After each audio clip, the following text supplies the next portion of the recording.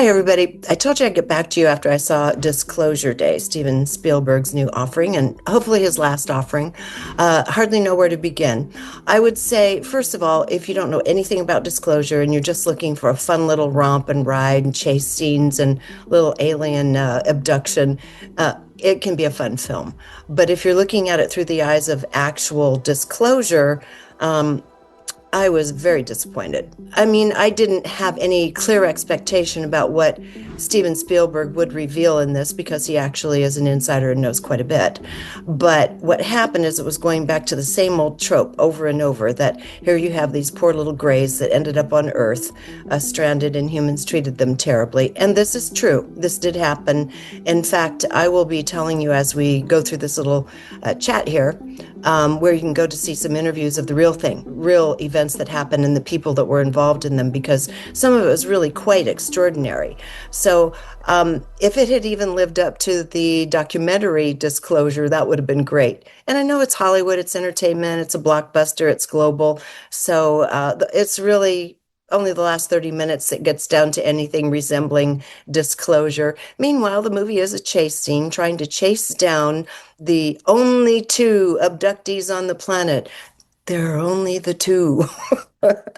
As we know, there are thousands and thousands of abductees, and this is a very real phenomena. Dr. John Mack, out of Harvard, the head of clinical psychology at Harvard, risked his reputation, his tenure, his retirement, everything to study the phenomena of abductees. And he finally came to the conclusion that they couldn't all have such similar stories, that all of these people had very similar experiences in terms of how they were abducted, what the experience was like, and the aftermath of it, because oftentimes they were left with a particular gift of some kind, enhanced intuition, for example, or enhanced immune system. This is very real phenomena, and this was a heavyweight academic.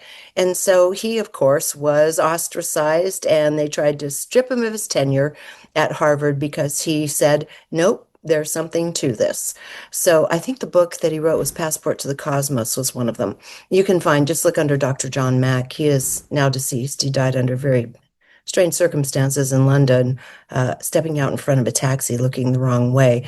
Absolute gentleman and scholar, and everyone in the UFO community had nothing but respect for the man. So that's one place to begin when we're looking at the notion of abductees. So I can drive your attention that way. As we get further into the film, after 2 hours of chasing a couple of characters that are thought to be the only abductees on the planet, we end up at some film that is the really it's at the crux of the film, this film, Disclosure, film that a person who was determined to let the human population know what had been withheld from them by the militaries of the world, let them know what it is, let everybody know everything all at once. And this is another interesting agenda, because I listened to an interview with Steven Spielberg, and he was saying his idea was to do a film of what would happen if you let all of the information that has been secreted away and guarded by the various militaries and military industrial complex, very, very large firms, let this come out all at one time. What would happen to the human species? Well, they did tickle that subject a little bit when one of the main characters was shown some footage of a gray and thought, oh my God, what happens to our belief in God? She was a former nun. What happens to our belief in God if we know that these beings exist, treating them as though the little grays were God and that superseded somehow their own belief in the great creator? I thought that was, I know that's an old trope that has been used forever as to why this information shouldn't be released by the powers that be. They did it I thought that Spielberg did it in a particularly awkward way in the film. It just didn't even make sense. So you go along through the film. Now we're getting toward the end of it after the chase scenes and everything, and getting down to the video that he had secreted away and was now going to share with the entire world. Some of it is actual, it's not actual footage. It does not appear to me it is, but it is recreated footage of some of what does exist. And some of what they spoke about in the notion of trying to create an empathy for these ETs who have only come to help mankind, and that we need to have treated them better, more kindly, rather than what the military does, which is shoot down and then dissect if you can. That's what we did, basically, trying to figure out what they were, how their eyes were formed, what they were made of, and so forth. Yeah, we did do those things, and they were not empathetic in nature, and they keep bringing this out in toward the end of the film. And so it starts whipping up emotion, just like in the first film, E.T., where we start really feeling for this little lost being that just wants to go home. And I will say this. When you look at the end of it, they start talking about something, and they mention it a couple times in the film, called alien retrieval. Now, it sounds kooky. If you don't know that community or the subject, it all sounds kind of kooky, but it's not. There were alien retrieval teams, for as far as I know. Maybe there still are, but there certainly were historically. And in fact, I interviewed one of the primary people that was on the alien retrieval team. And he did feel very much like they portrayed in the movie, that they had been following him since high school, looking at his aptitudes, and he was recruited shortly out of high school into the military, and then told they needed him for a special project. And his name was Clifford Stone. I think it's Lieutenant Colonel Clifford Stone. His ranking you'll have to look up, but Clifford Stone. He was a wonderful gentleman. I met him a few times. I interviewed him a couple of times. He is now deceased. Paula Harris, who is a key player in Disclosure, she and Stephen Greer, I would say, are the key people in the whole subject of disclosure, because they were the ones out doing the field research with the actual, not just experiencers, but really more the military that were whistleblowing. And Paula spent endless time in the field with original experiencers from the 1940s and 50s who hadn't died yet, to get the story and keep it alive. And the book Trinity that she and Jacques Vallée wrote explains one of those crash sites in the 1940s in New Mexico. So anyway, she's a heavyweight. Stephen Greer is a heavyweight. These are the people that really brought Disclosure together without the permissions from the government, because there weren't going to be any significant releases by the government. I would argue probably still aren't. I know we're getting dribs and drabs of documents and bits of film. So going back to what I was talking about earlier, Clifford Stone, if you look around in the Gaia archives, you can find I think at least one interview I did with him back in the CMN days, if the CMN archives are still available on Gaia. He did die a few years ago, so I don't know if George Norrie ever interviewed him, but many of the people involved with the Real Disclosure you can find on Cosmic Disclosure Show, and also George, formerly George's, now Jimmy Church's Beyond Belief show. He and Josh are really hitting it right now on disclosure, and interviewing whoever they can get to. Recently went to Washington, D.C. last week for their event on Capitol Hill, which was not much of anything. Honestly, I watched it and I thought, well, where's the meat? Where are they going to show us something here? And again, watered down from 25 years ago when this actually was done. And for those of you that are not familiar with the original disclosure that Stephen Greer did, I highly recommend that you go back into YouTube. You can find it on YouTube. The original disclosure, I think it was May of 2001. I was there. So I know what happened. I know who was involved. I know a lot of the behind the scenes stuff. Clifford Stone and many others, testified. So you can still find that, I believe, on YouTube. So look for Disclosure, Stephen Greer, May 2001, National Press Club. Those are all keywords you can search. So on that note, what happened the day of that disclosure with these incredible people who had the courage to break their national security oaths to do this publicly? This was a very big deal. The press club was packed. There was media from all over the world.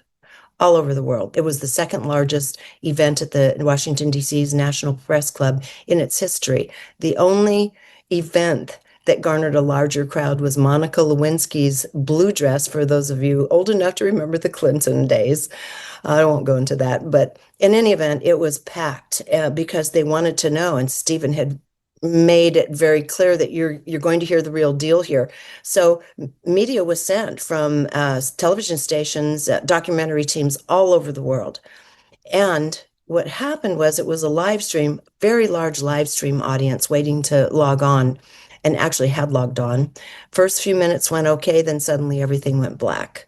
Now, it was found that there were people up on the roof apparently fiddling with the technology that stopped the live stream. So humanity did not get to see it via live stream. Now, the American press that was there, because there were some networks there, either did not air it at all. And in fact, I only know of one network that aired it. They only aired it locally and they turned it into a sideshow, a circus, making fun of everybody. It was really criminal what they did to this incredible event where the real disclosure was happening.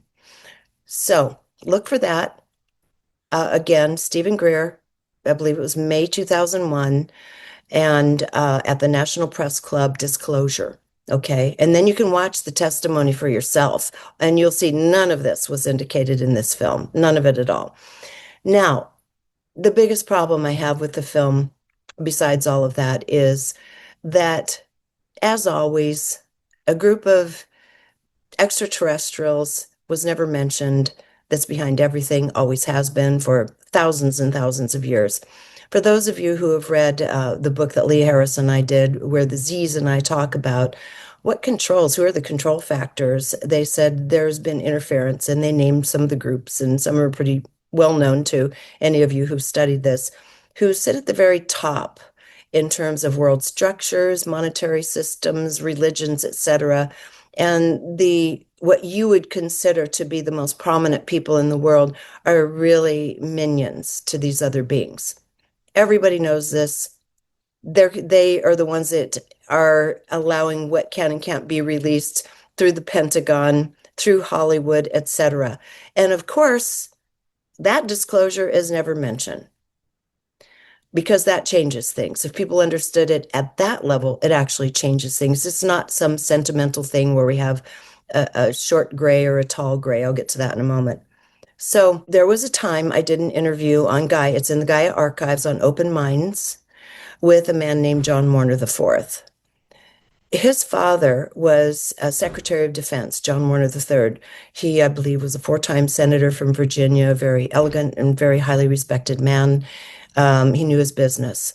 And he had made the decision that he was going to allow his son to understand how the world worked. And he would take him on some incredible journeys. A couple of them he talks about in our interview. I don't have time to go into, but he said, I want you to know how the world works, how the power structures of the world work. Well, he was appalled when he was very young and got to go on a few of these field trips with the incredibly rich and powerful. And so his dad would let him come to work with him even at the Pentagon and do his homework there. And he told him, anyone you want to talk to, my son, go ahead and ask any questions you want. And again, this is all according to John Warner IV, his son. And his son always wanted to know about ETs, like what little guy doesn't want to know about ETs. And he asked his father if he could ask questions about it. And so he said, sure, ask anything you want. One day when he was there, he approached an admiral, as I recall, an elderly gentleman he knew had some authority, and asked him about the presence of ETs on Earth. And I'm paraphrasing, he said, son, look around these hallways. ET runs everything. Now, that was from someone very high up in the Pentagon. What bothers me is here they have these little grays who are sent here on various probes and missions, and some of their crafts did crash, and we did capture them. We captured their technology. As many of you know by now, much of the technology we use today was back engineered from crashed UFO vehicles. The various branches of the military swept the debris away and started parting it out to various bits of the military industrial complex so that they could back engineer technologies, get patents on it, make a ton of money.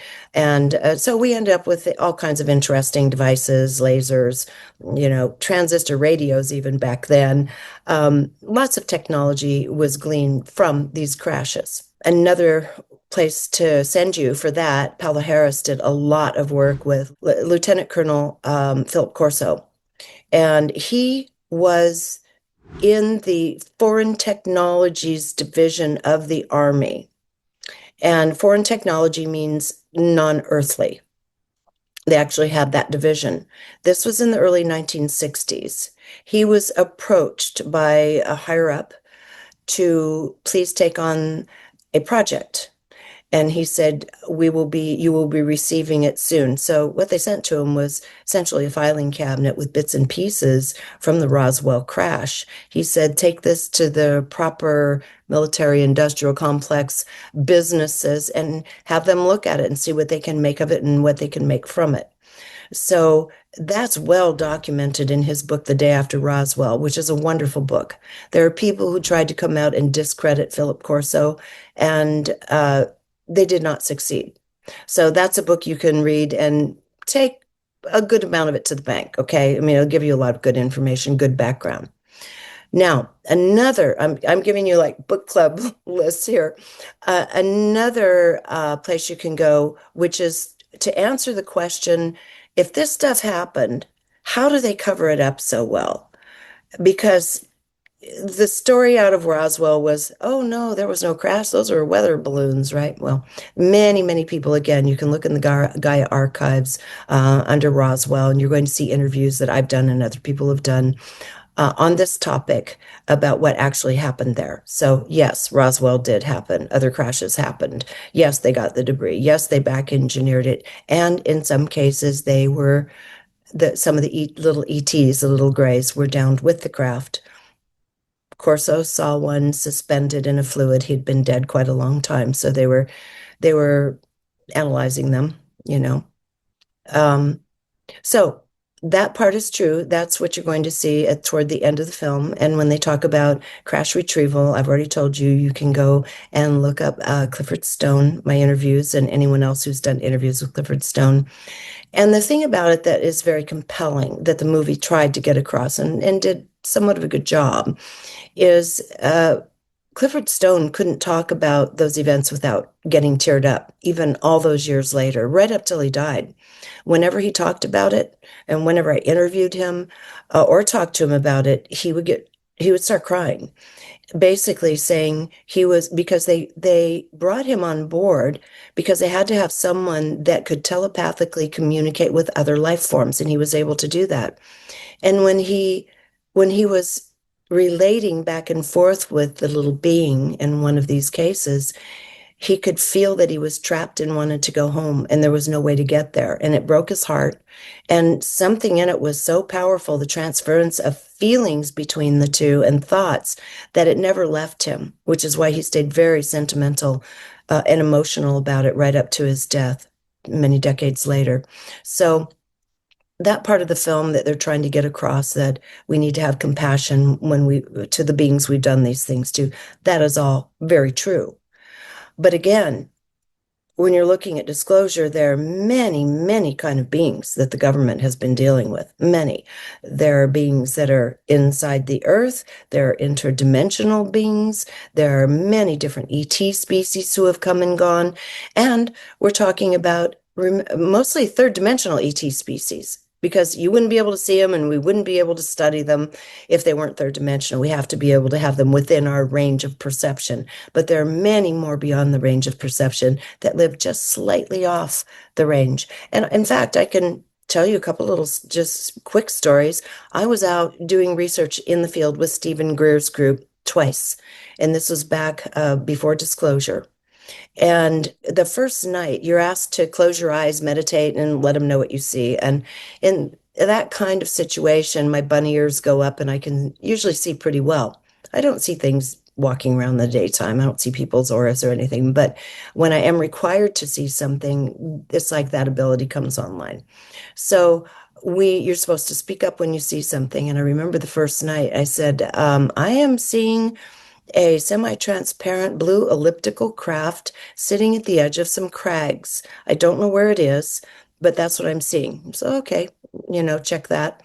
So nothing happened. I saw the same thing 3 nights in a row, and I finally stopped saying it because I thought, well, whatever it is, it's not showing itself. So on the final day, we actually went out to the crags at Joshua Tree, and someone had a digital camera, which were new at the time. And they started shooting the crags, and boom, the next morning when I came in, everyone was abuzz because there was semi-transparent blue elliptical craft sitting on a flat rock at the base of the crags. And I mean, it's there. There's just barely phased off. If you have a little bit of inner vision, you can see them. They're all over the place. They've always been here. They're not here to harm for the most part. Look at those guys at the top. That's a whole different story. But on another, the second outing in Crestone, we were all looking up at the sky, and you're supposed to kind of dial into what vector point and what time something's going to show itself. That's how that thing works out in the field. And I was trying to dial in, and I started laughing because there were these small little craft, semi-transparent. Again, they weren't fully materialized. And so they were sitting behind us, watching us watch the sky. And I just started laughing. I said, well, everybody, they're actually right here. So this is a subject that's very complex. Many, many species are curious about Earth and mostly about us. That's why I take exception to the fact if any kind of disclosure does not talk about the ones at the very top that have been running the show and manipulating humanity and our systems to keep us fairly asleep and dumbed down and just getting through day to day. That's real. And the Z's confirmed it. In fact, every one of the channelers that I interview on Gaia, they've all confirmed that. My own soul group confirmed that decades ago. Yes, you're being interfered with. You're being kept down. But what's happening that's so beautiful is that the consciousness that's coming in now is so different than what was prior to it. It's allowing for a kind of opening and a heart-centered awareness that we didn't have before, much higher vibrational level. So we are now all throughout this cosmos. We're all being bathed in it, and it's asking us to open up, to take responsibility, get creative again, love each other again, and change. That's what it's asking of us. We know we're in a period of change. We know this year is crazy amount of change, and a lot of people are bucking it, even though all the astrology is even lining up and telling us that. But the wonderful thing is, with this new consciousness that is permeating everything in our cosmos, our Earth, every living system, those old systems of control, top down, hidden, authoritative, manipulative for their own gain, those types of structures and entities cannot last in this new energy. This isn't their energy. So now they're pulling out all the stops. You can see the chaos going on, and where there's going to be more of it for a while. Pulling out all the stops, and I see this as the last dying gasps of a species that has tried to control another species and has been able to simply because of our amnesia. We've been asleep. The frequencies weren't as high as they are now to allow us to awaken to the truth of who we are, which is all that's required. Disclosure is us.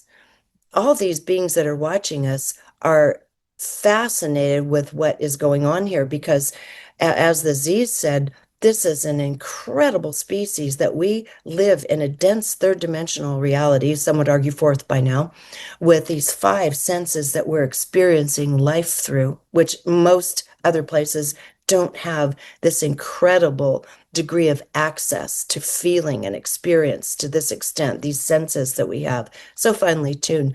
They're watching to see what happens when this creature with all of these senses, the ability to think, emotions, etc., come online through the heart.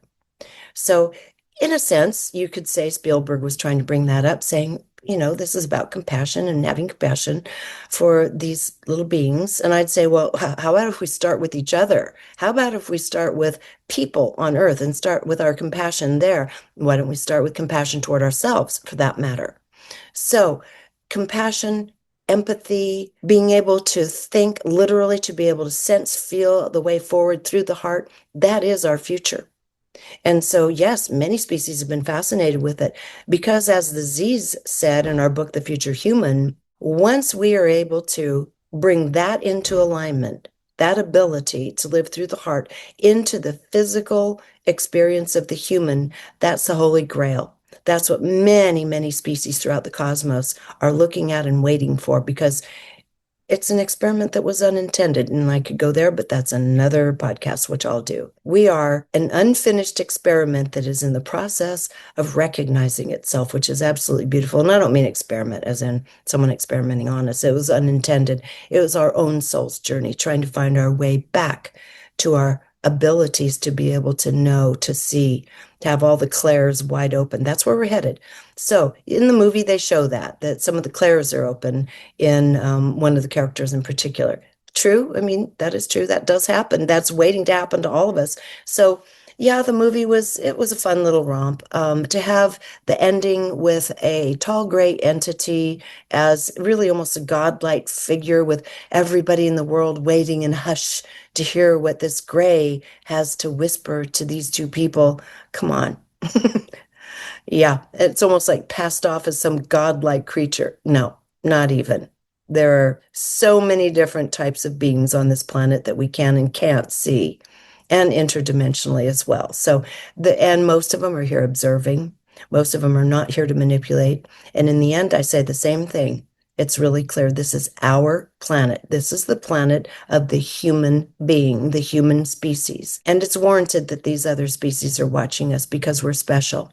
We are incredibly creative and have such high intelligence once it's all opened. So we're in the process of doing that. And so when we see all these little kids with many different names, crystal children, starseeds, etc., being bored, who seem to already know everything, that's because the consciousness is allowing us to incarnate wide open now, or closer to being wide open than we ever were. That's all true. So yeah, I don't think it disclosed much. Fun little romp. Definitely, I wouldn't take a tall gray to beat God. So that's my quick little overview of the movie. And I do hope you follow up on some of those other links too. Again, if you're interested in the interview I did with John Warner IV, that's in Open Minds on Gaia. Again, go to YouTube to find the original footage of the original disclosure. You might even, I'm in the audience. You'll see me there. Oh, I'm 25 years younger though. And then also Clifford Stone. Okay, you can see those interviews as well. Find some interviews with Clifford Stone because that is directly related to the end of the film. And there's much, much more, but I think that'll kind of get you going. So those are my thoughts. And if you haven't seen it yet, I just ruined it for you. So I should have said at the top, don't watch this if you haven't already seen the movie. Too late. Okay, guys. Till later. Bye. If you like this content, please feel free to help by donating to Patreon for as little as $5 a month. Helps keep the lights on, the pieces edited, social media rolling, etc. for my wonderful little crew. In addition, you can sign up for my newsletter. That'll give you access to a download of this amazing human origin story that you've likely never heard before. I think you're going to love it. Thank you.